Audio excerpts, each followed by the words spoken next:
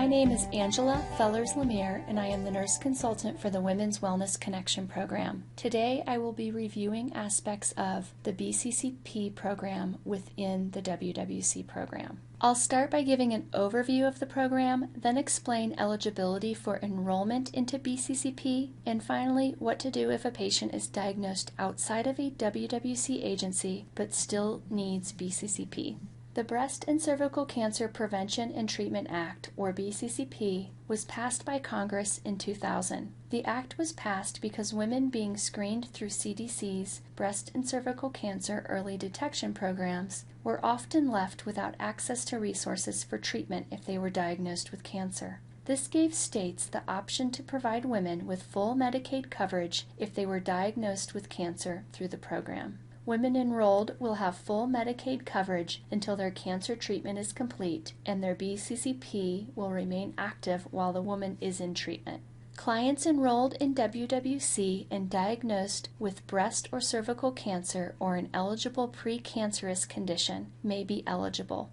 To be eligible for BCCP Medicaid, a client must be actively enrolled in WWC and receive a breast or cervical cancer screening or diagnostic service funded by the program, have been diagnosed with breast or cervical cancer or an eligible precancerous condition, and be in need of treatment, be lawfully present in the United States for a minimum of 5 years, be between the ages of 40 and 64, and they must not have credible insurance coverage. The BCCP enrollment process should be completed within 10 business days of a definitive diagnosis of a BCCP-eligible cancer or precancerous condition. If the application process is not completed correctly, the client may be dropped from Medicaid once her presumptive eligibility period is over. This is usually 45 days. An enrollment step list that details the application process can be found under Provider Resources in the WWC Toolkit. This is a list of the BCCP-eligible breast diagnoses. And this is a list of the BCCP-eligible cervical diagnoses. Please note that this list includes many precancerous cervical conditions. If a woman is eligible for WWC and diagnosed with cancer through the program, she will typically be eligible for BCCP. There are a couple of exceptions to this. Women with any type of insurance that covers cancer treatment, which includes Medicare Part A and B, do not qualify. This does not include CICP. Women with CICP are eligible. Women who have not been lawfully present for at least 5 years also do not qualify for BCCP.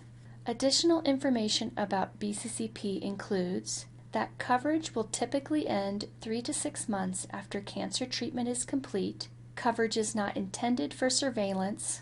If the patient is not in active treatment, her BCCP coverage will end. Chemotherapy such as tamoxifen is considered active treatment, and coverage will continue as long as the patient is required to take it. And again, the patient will have full Medicaid coverage and may use it for all of her health care needs.